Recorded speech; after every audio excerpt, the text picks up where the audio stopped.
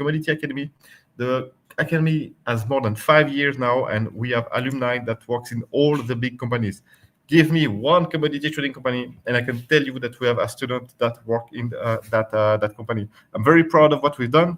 So if you want to break into the world of physical commodity trading, just check. Hopefully, there's a link below this video that should end on our academy. All right. So, okay, all right, let's do this, man.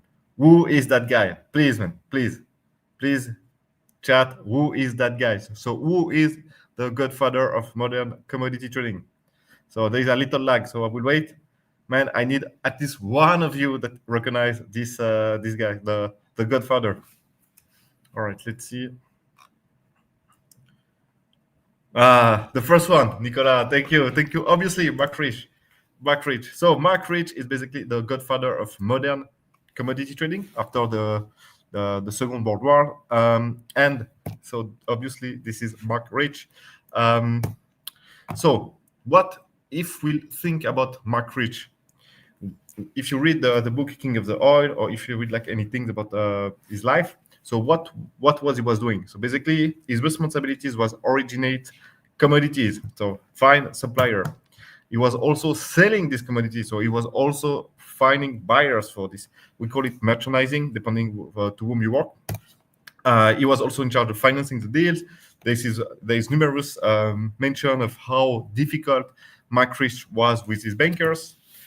He also did a lot of negotiation in terms of shipping, storage, warehousing, logistic, and so on. He had a right-hand man that was called Mark Pincus. Is it his name? I don't remember. That was the guy in charge of the logistic. But when there was a big deal, he was involved to try to squeeze the price down. He was also in charge of managing the risk. You can see, like at the beginning of his career at Marc Rich International, there's some stories about how he messed up with the hedge and so on. And he also was in charge of collecting the payment, which is quite important. Obviously, collecting the payment is a main should be a main thing. All right, so as you can see, he really did like everything. So he was in charge of everything, from finding the suppliers, finding the buyers, financing the deal, putting the logistic down, managing the risk, collecting the payment, and so on. So, but over time, so the trading houses grew into global machines. So they started as small boutique, Marc Rich companies was not that small from the beginning, but even though he was still doing everything, and then as they grew, the bank started to tighten compliance, demand transparency. Not at the time of Marc Rich, but this is what we have right now. And these become larger. So larger, riskier, and company couldn't rely on one man doing everything. And also there's all the big companies started with very strong founders, but then down the line, the equity is getting diluted. They have other people on the board. They request to take less risk, or at least to have more way to manage the risk internally, and so on. So basically, gradually we saw a split in the function of commodity traders. So starting from a boutique trading to a huge multinational, the job of commodity traders was basically split. So this is what we're going to see. So let's review the different type. Because when people say I'm a commodity trader, what does it mean? Is it a guy that speculates on the market? Is it someone that buy the product? Is it someone that do the hedging on the? What does it mean? All right, so let's try to see. So there is one type that are called originators. So they are the one that build relationship and source the flow. So they are the one that do basically the purchase.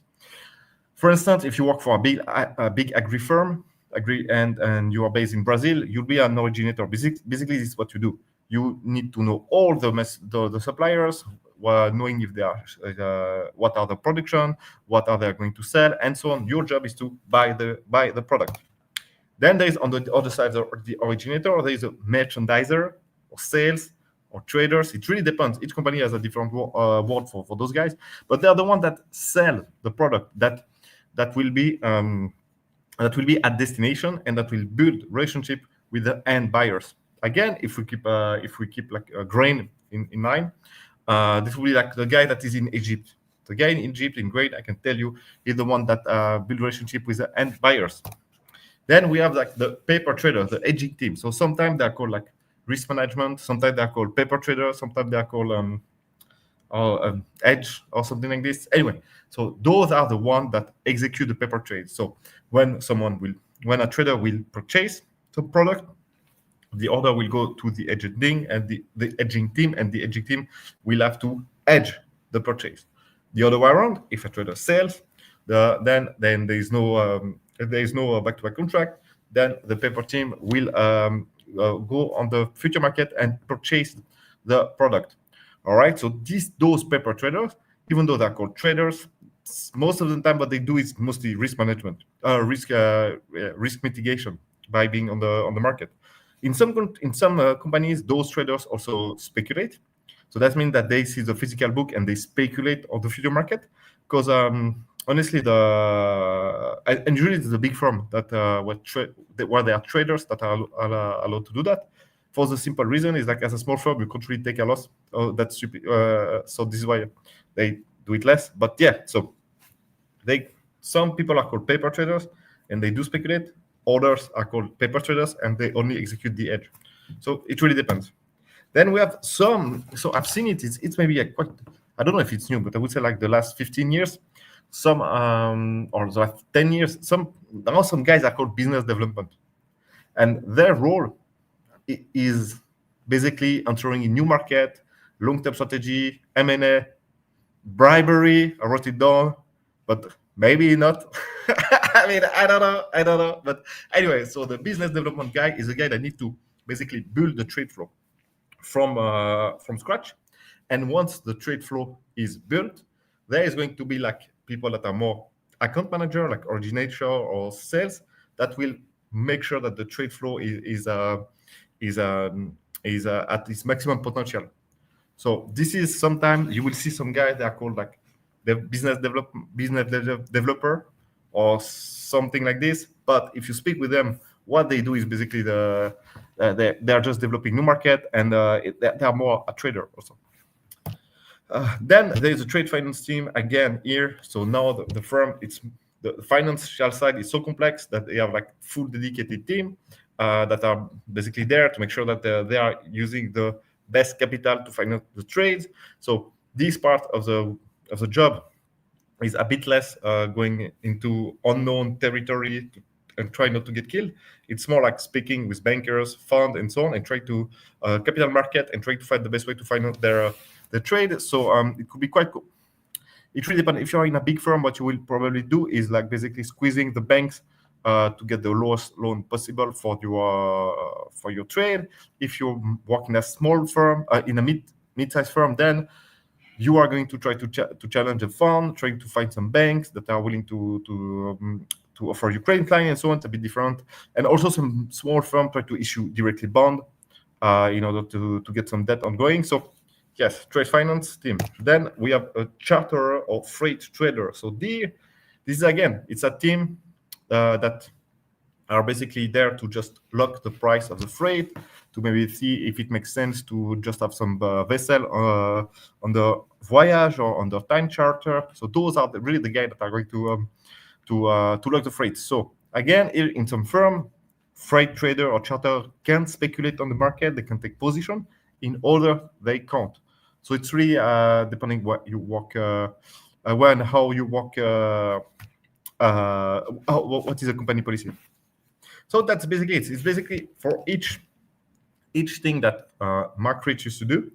Now there is like a team. There is someone which is who is dedicated to. So it's really that the job is way more complex than before, and there's way more volume. So then what? I don't know if there was more volume, but there is way more competition. So this is why we have the dedicated team. Obviously, it's only in the big firm that you have like one team that do all of that. In the smaller firm, you still need to do most of it. And yeah, so I mean, if you are alone in your niche commodity trading firm, you need to do everything. So again, if you did not know about all of that, man, maybe you should think about jumping in your certification, because it will really help you. Anyway, so then there is another type of traders that are also called traders. and one of the most well-known in the commodity is that guy. So here, let's see if you know who he is. He's lesser known than Marc Rich, but still. Do you know, guys, who is that guy? He's French, actually, but he lives in used to. I think he lives in the UK, if I'm not mistaken. But do you know who he is? Let's wait like a few seconds to see if you know. So first of all, he has a suit. So it might tell you something. All right. So let's just wait for the delay. So no. All right. Nobody knows. So this guy, his name is Pierre, and basically who he is, I think he used to work for a physical commodity trading firm. Yeah, man, he made killing a future. Yeah, but what's his name? So his name is Pierre Endurant. So basically, this guy runs a hedge fund. So he only trade papers or future contract, financial contract, and so he doesn't touch the physical flow. So this is his latest performance. So I found those performance on ChatGPT. I tried to find to corroborate those numbers. Maybe they are not correct. I don't know because it's quite difficult to find. But anyway, you can see that basically this guy specializes in commodity, and there's a lot of volatility. Honestly, I can tell you, man, when you take someone else's money and 1 year you do minus 55%, this is quite bad. You're not sure that they're going to let the money with you another year. So yeah, man, though extreme volatility. So you need to have the steel gut in order to be able to do that. But this guy is a hedge fund manager. So again, sometimes he's called like, I mean, if you see him in the news and there's like, oh, this is a commodity trader, Pierre Endurant, then man, it doesn't touch the physical good. So it's is a hedge fund manager. So again, this is another type of commodity trader. All right. So if this is what you dream of, to be like a Marc Rich guy, yeah, maybe you're more like that. You're trying to put your first deal together, and you want to do all of that. It's I mean, this is completely possible. This is still what I do in my niche commodity trading company, and where you need to do everything. So this is still basically the job of a bunch of people here. I can see your name on the chat. This is still what they do. Try to find a buyer, supplier, try to get the finance, need to negotiate the logistic and so on. So this is still what people do. Obviously, it won't be on the same product as the big one. It won't be with the same volume as the big one. But if you can find like a niche commodity, a niche geography, and let's say you are specialized in Ethiopia. Ethiopia is a difficult country. So, but still, you can have this trading life, and maybe the stress will shorten your lifespan a few years, but I can still tell you it's worth it. All right, guys. So that was a short one today. Let's jump in the question. Let's see who we have in the chat here.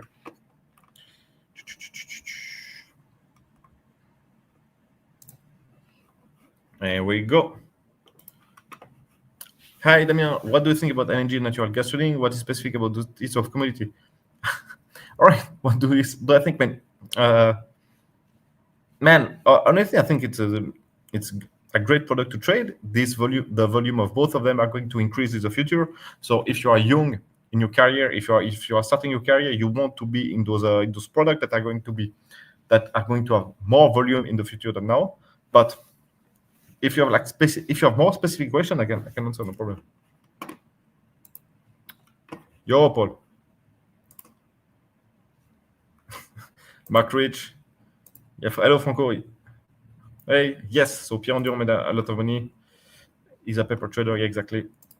Yeah. So we had someone that knew him.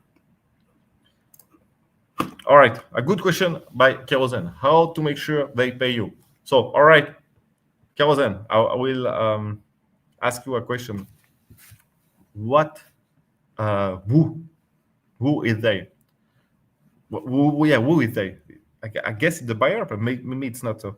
How do let's say that you are talking about the buyer, or how to make sure that the buyer, your buyer, is going to pay you. So obviously, there's no I would say there is no sure way that you are going to get paid. This is why there is a risk, and this is why there are traders that take those risks. First of all, the most common, if you ask this question to some people that kind of know international trade, they are going to tell, yes, you need to have a letter of credit. Obviously, if you have a confirmed letter of credit, yes, and you are able to present the document in accordance with this confirmed letter of credit, you are going to make to get paid. So first of all, yes, confirm LC would be one way. Another way will be, if you want to have a high likelihood of getting paid, will be to use some type of prepayment and then cash against document for the balance. So let's say that you get 30% prepayment, and then the rest cash against document through bank channel. So then it could be quite, usually if the guy pays 30%, unless the price of the commodity really tank like crazy, he is going to pay the rest. Another thing that you can use would be to use a credit insurance. So your buyer should be a company that is big enough, so then a credit insurer would be okay to insure the risk of non-payment of that guy. The problem with credit insurance is, are you sure? No, because the guy can always do some bullshit claim or some real claim. And then what the credit insurance will say is like, oh, it's a commercial issue that you have. It's not a default. So in that case, are they going to cover you?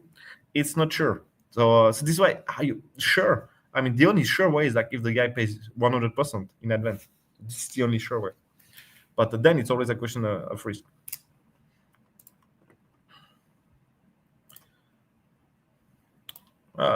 In dollar restricted countries, how best do you ensure the buyer can pay you? Very good question. So story about that. So we, in one of the companies that I used to be an employee, we had a shipment. I had a client in Mauritania. So Mauritania, for people that don't know, it's a West African country between Morocco and Senegal. So it's mostly sand. All right. If you go there, there's like two cities, Nouakchott and Nouadhibou, and it's very small cities. So the country doesn't really have a lot of foreign currency. So one time we had like actually a prepayment. I'm sure this is a prepayment because we won't send anything there without prepayment. So they must have prepaid something. And then the container arrived at destination, and the client took all his local currency. I don't even remember the name of their local currency. Went to his bank and said, okay, I want to pay Damien's company. Turned out there was no fucking money in the country. So no euro, no US dollar. And so we had to wait. And that was a very difficult situation because the containers was already there. And the client called you and said, look, man, I made the payment. Look, this is a receipt. You can call my bank. The bank will say you the same thing. So can you please release the container? And I was like, no, I can't. All right, I can't because I haven't got the money. Because and I think we had that for like 6 weeks. So we waited 6 weeks for the payment, man. That was crazy. And the client had to pay some demurrage because of that. So he was very angry. But I can't release the container because then what he could do is go back to his bank and say, hey, look, about that payment, just fucking forget it. Just cancel it. And then I'm fucked. So, yes. So how to best to ensure that they can pay you? Again, there is no real way to be sure at 100% unless the guy pay you in advance. There's always issue. Can you trade diamonds? Yes, of course you can. Do you want to? I'm not sure. But can you? Yes, you can. Chaos, what about... Which of those roles could you define as the most important when you are a solo entrepreneur and commodity trader? So this is a good question, Franco. So I think they're all extremely important. Because all of them are a piece of a trade. I would say, obviously, when you are like a solopreneur, you maybe won't spend too much time on the logistic. You will use a freight forwarder. You will have to spend a lot of time trying to get your finance checked. So you will have to. So financing is going to take a lot of your time at the beginning, and then you will have to find like buyers and sellers. So yeah, I think all those roles are important. But then there's like some roles that are more important when you are just bigger, when you have way more volume. Yo, we have a members here, the shipping commodity. Hey Damien, any recommendation where to get more info about risk mitigation, hedging? Any course we can access via Neofinicia? No, I will send. Send me a message in Neofinicia. I will send you something. But if you do use cooking oil, as far as I know, there is no hedging, right? Out of all the traders type, which would you advise someone applying for trader job with a firm to focus on? Yes. All right, man. So this is not the right question. The problem is right now it's so difficult to find a job. I mean, the first job when you apply to get your first job in, you can't really say, oh, I prefer to do this, and that, man. It doesn't work like that. So take any fucking job that you can. One funny thing, not funny thing, but one information.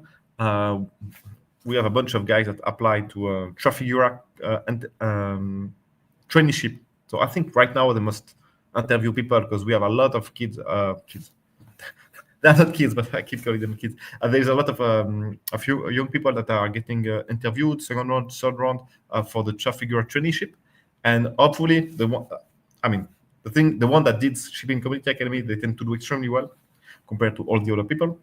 Anyway, and one of the guys told me that the head of recruitment or something like this told him that he has 3,000 applications for 4 open slot or something like this. So obviously, it shows the level of competition. But if you have the Shipping and Commodity Academy certificate with you, you have more chance. We have a bunch of candidates that have been taken in those traineeship and so. Leighton, hey Damien, building confidence with a new customer. What are the key steps to ensure that both the buyers and the sellers see you as a credible and trustworthy when you are using a transferable LC? All right, man. So I was going to say something, and then I read your point to the transferable LC. Man, what the hell, man? All right.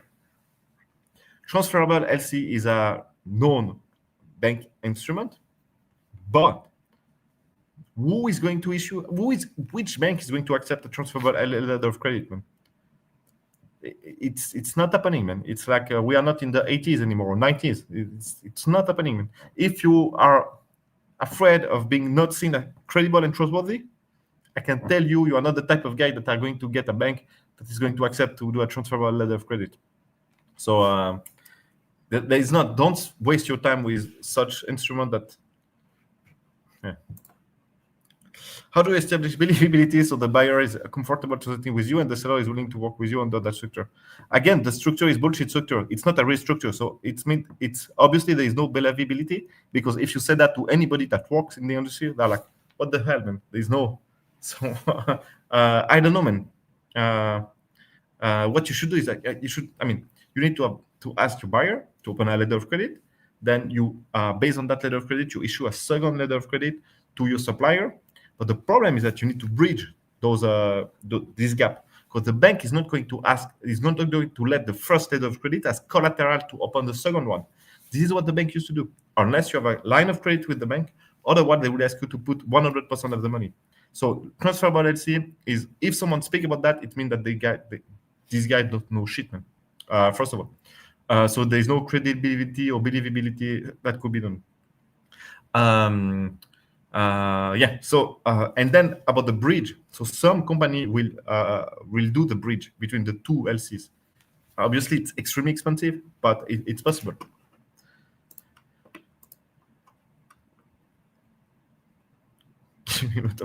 What are you talking about? What do you think about trading in the markets?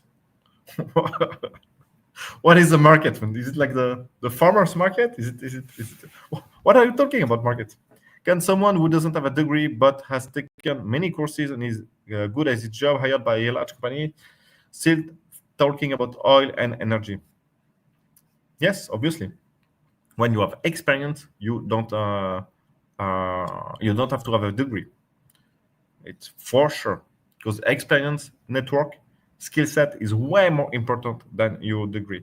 So, and I know a lot of guys. Most of my friends actually that works now for the big firms They didn't get hired by with a traineeship, program or something like this. They just got hired. They did maybe like some inspection job in SGS, whatever, on a port. Then they found a job as an operator in another company, and then they got it. So yes, if you are serious, think about the shipping commodity academy. Honestly, so true. I'm sure you're talking about the transferable leather credit, right? What do you think about aluminum scrap trade from South America to India? So India is buying a lot of aluminum scrap. I think they are even buying at a higher price than Thailand right now. So I don't know about South America, honestly. I can't tell you, but India is buying for sure. Hey, watching from Kenya. Thank you, man. I mean, paper trading future. Okay. Right, man. I think, okay, if you do paper or if you want to speculate, no problem, man. But I think it's very, very hard. I know some people that do it and they make a living, but it's not an easy living. And also, the big idea with commodity trading, physical commodity trading, is that it gets you out of this fucking computer screen. You need to travel, you need to meet people. Charisma, seduction, understanding, knowledge, skills are more important than just being in front of a computer and clicking to buy and sell. So I'm not saying this is for some people, man, if you're like autistic, but this is maybe more the way for sure. But me, I mean, I can't. It doesn't interest me enough, even though I think I could do quite well because I've been in the market for a long, long time. But a lot of people ask me about that, and I have a few friends that are really killing it only with papers. So maybe I should ask them to. Maybe I should do something with them actually. Anyway, hey Damien, thanks for all you do. Thanks, Austin. Question: Have you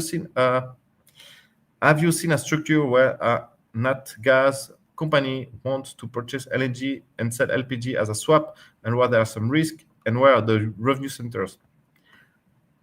Man, I don't know enough LNG, but to answer. But why not, man? Because I've seen a lot of structure like this. The question is like, when you do swap, is like when do you get what, man? That's always a question. Can you get the product first, or do you need to deliver your product first? Then how long is the time for the swap? So how long are you out of the money, or out of the money? How long are you financing the thing? And usually, if you do that with like pretty big reputable companies, there's no issue. The only problem would be like how long does all of that takes? And when you do like those type of swaps, also, man, make sure you know exactly the formula. Because sometimes people think about something and the other party think about something different. So you really need to nail down the formula. So then there's not like, fuck, like it's missing 3% on the product, and those 3% were the margin. What do you think copper in the long run with the AI boom? I think, okay, all right. Nothing to do with AI, dude. I think copper is already very, very high. It's like $10,000 per metric ton, and the economy is shit. So when the economy will go back up again, the copper price will boom. So it has nothing. I mean, the copper thing is more. I'm not sure it has something to do with AI. We still have like, I don't know, 500 million people in India that need to get electricity. They still are a huge need of copper. What is the median salary for entry level role in a commodity trading firm? Depend where, man. Depend where. Where in which country? Yes, two completely different ones. Socially awkward characters. Yes, exactly. What are the general payment there from your experience in a scrap trade? Yeah, it depends a lot, man. It depends a lot. I don't do anything without a prepayment. I wouldn't do anything without a prepayment. But if you work with large buyers, they will ask for CAD, cash against document. And sometimes they even ask cash against document 95% and 5% after reception when they don't know you or when you do the first deal. So this is the thing with a scrap trade, is like most of the time the market is short. So meaning there are like big smelters that are buying a lot of scrap, and those big smelters are buying from a lot of different scrapyards, a lot of different products, and so on. So they are always looking for new product. But the shitty counterparty in that trade is the supplier. The buyer is probably like a good company with a high credit score and so on. So this is why they will request you to take the risk on you when they don't know you. So, yeah, that's my experience. Maybe it's different in other part of the world. I don't know. Yeah. So let me answer that. So in Switzerland, this is the one that I know. We are talking about 70K, 80K for maybe 80K for just base salary without bonuses and so on. That would be pretty much it. And in Singapore, what I've seen was a bit lower, and the Sing dollar is would be would be like 70K Singaporean dollar, so it's less.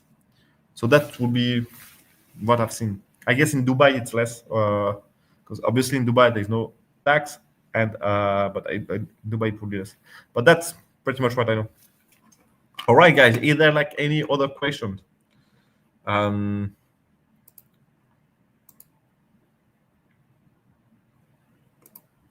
Yes, in term of salaries, it's the best, but also it's the most expensive place to live. So, I mean, that's all. Yes.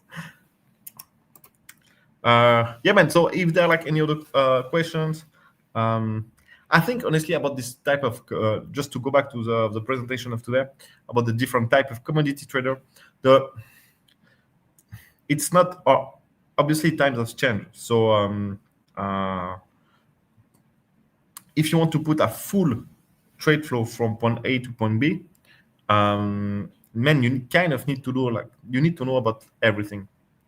It's not like you need to speak with a supplier, you need to speak with a buyer, you need to speak with some financier, you need to put together the logistics, you need to understand the type of documentation you need. You need to basically to understand everything. So this is why I like this world of niche commodity trading is like because it's still a world of practitioners. And it's only when you do things that when you speak with a freight forwarder, when you speak with an inspection company and so on, that you will get an insight about the market and that you will be able to better your margin or to find some margin. So it's really, this is what I like is that it's really a world of doers. You need to do stuff. And when you do stuff, you get insight about the market and that they will allow you to get better margin. So, so yeah, this is basically what I still like. And I think also the competition is not that much. If you are speaking about niche commodity trading firm, because the new generation they just don't know this job. They just have no fucking clue.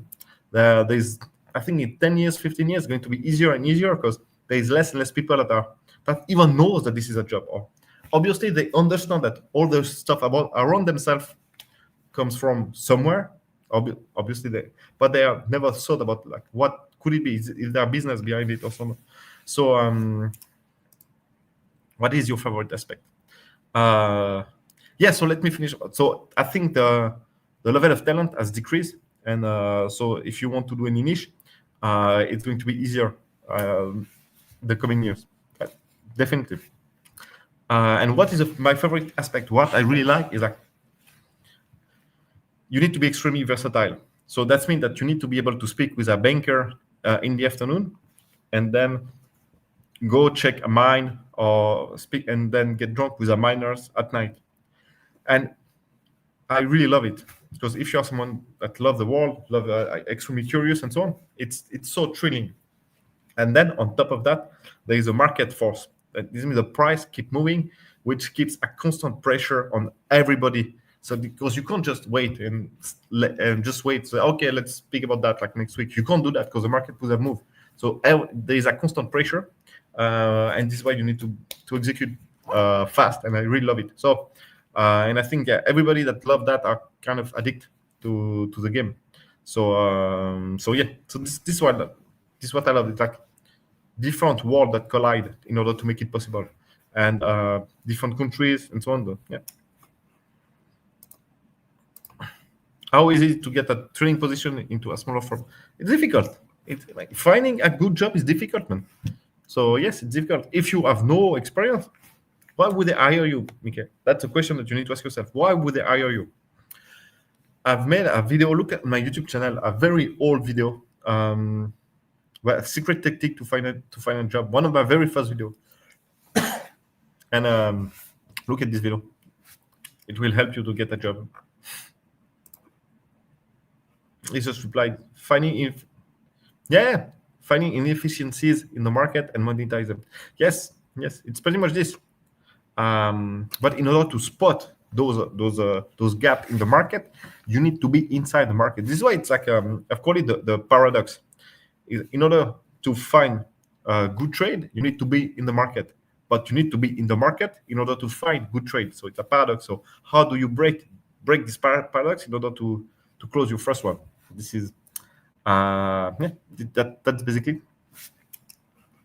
I was thinking about doing like maybe a little part about the read that about the book that I'm reading right now. I think the other day we spoke about the book the other week Sunday, and it was quite interesting. But yeah, guys, what about you, man? Where are you from? What are you doing? Are you involved with any product? If your idea is to broker a deal, please, man, you know what I'm going to answer. So just restrain yourself. But what about you guys? Because now I've seen some people, they come like every Sunday, so it's really cool. And let's see where those Sunday live stream will bring us. So again, guys, next week there is not going to be like any shows, because I'll be in a plane flying to South Africa, Johannesburg, going to do some due diligence. And this is also the first trip of. It's going to be funny. So we've just hired a guy, and it's going to be the first trip of the new guy in Africa, and it's really funny, man, because this is the first time that it's going to go to Africa, and we go to a very nice place in Johannesburg and so on. So there is no problem, and it's not dangerous at all. I mean, he's with me, there is no problem. But the thing is, and the type of question that he asks, it's so fucking funny. Man. Like, do I need to take some cash with me, or do I need to? Do I need to get some vaccine? I was like, man. But he had a lot of questions that was actually valuable question. I mean, valid questions. But I was like, man, so funny, man. Yes, but for me, the only thing that I think is like, all right, do I have like the visa to go there? That's pretty much the only thing, because I kind of know the show. And I told him, man, when you go through the custom in Johannesburg, when we'll go together, man, you need to like try to sneak in, because they will all try to bust you and so on. There's not like a queue, like people are not civilized like here in Asia. I mean, you need to go there, you need to fight them. You will see everybody is trying to cut the queue, and it could take you 1 hour to go through the immigration, unless you are in business class. But it's not flying business. I mean, we don't pay that for him. Come on. Ken Taylor. Do I need a degree to get hired by a commodity trading firm? No. I'm from Italy, and in November I'll be coming in Geneva for Swiss Negos Commodity Trading Fundamental course. So I hope that Geneva in November, that's not the best moment, man. I may be also in Geneva. Oh man, I may be also in Geneva in November. There's like a conferences that I think I'll have to be there. Hi, Damien. How can I verify a trading company in Switzerland? Is there a government directories? I'm doing a due diligence check on a potential client that sent in a IRFQ. I've used Google, but no useful link. All right, man. What is about this IRFQ things? Because it's quite not common in commodity trading to send an IRFQ. So, but yes, there is like is it okay? If it's a Swiss company, there's two things. Is it a SA, or the French would be SA or SARL, SARL. So if it's a SA, it means it's a Société Anonyme, a limited company, and if it's SARL, it's a limited responsibility company. And if that is the case, then you can go in the registry of the canton, and then you will find some information about them. But yeah, that one, I think just type type on Google like Registre du Commerce. So I will write in Commerce Registry in English. I don't know if they call it like this. Commerce Registry. Registre du Commerce. Yes. if you just type registre du commerce with the content of the company where it's from, then you should find a website where you can just download their status and so on.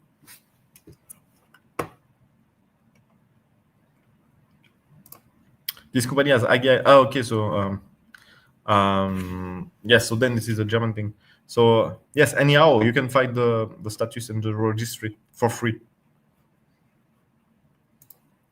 Why November? Is it cold? Yes, actually, no, it's not cold, but it's like, I mean, depend if you're from Italy, so it's okay. But it's going to be like probably rainy and cold and awful. I think November in Geneva is the worst.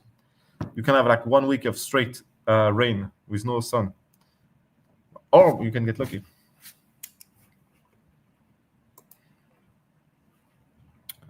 All right, guys. So, any other question? I will wait like a couple of minutes to see if there's other thing that pop, and otherwise, yeah, it's going to be. I will call it a night. And yes, also, man, guys, if you have like any ideas about what you would like to see during those Sunday stream, just like put a comment below this video. If you are still there after like 45 minutes of live, so that means that you are interested. Just let me know below this video what type of topics, what you think would be quite interesting, and so on. Because I'm trying to make something good here. All right, Munir, what do you think about trading fertilizer? Is it good potential? Yeah, it's a huge potential. Yeah, I think it's huge, man. And also, there's a lot of different fertilizer.